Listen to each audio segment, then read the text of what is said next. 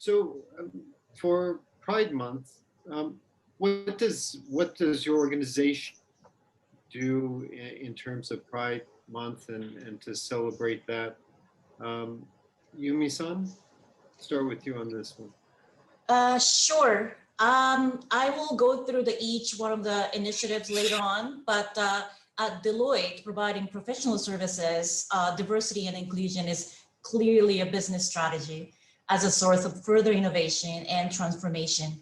Because without diversified perspectives, we cannot stay resilient as an organization and provide innovative solutions to our clients and tackle this uncertain and disruptive times. That's all we do at Deloitte. So it's really crucial business case.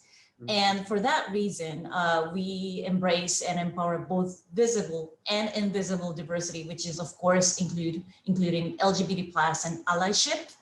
So specifically about allyship in our office, around 3 years ago, one of my colleagues who had been working as a woman for 10 years since joined the firm decided to come out of the closet to be his authentic self.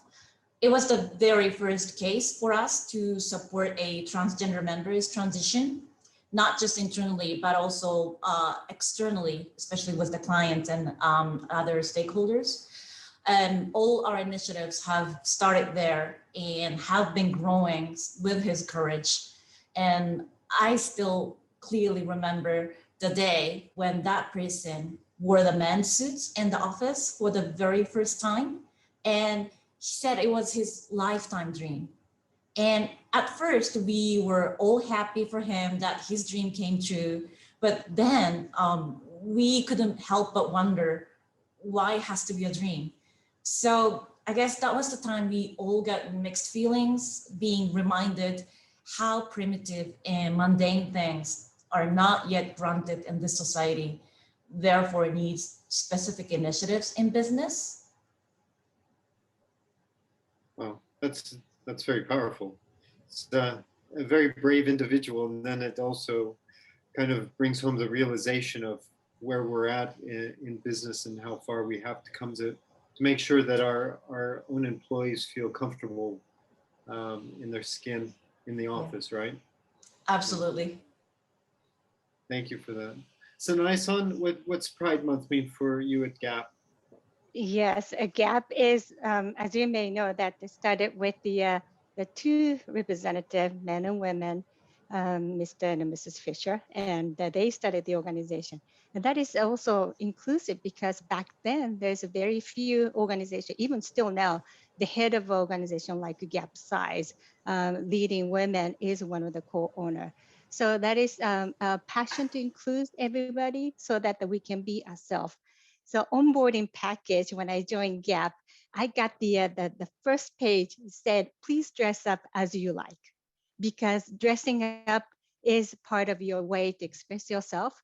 And you almost need to pledge yourself, to be authentic the way you are. So I was really happy to see that because that applies to not just me, but including the LGBTQ members of the company. So Pride Month is particularly important because we will reaffirm, be ourselves, be the best version of yourself is our ultimate goal so that we can be most productive. We'll probably open up our mind and we'll share our thoughts.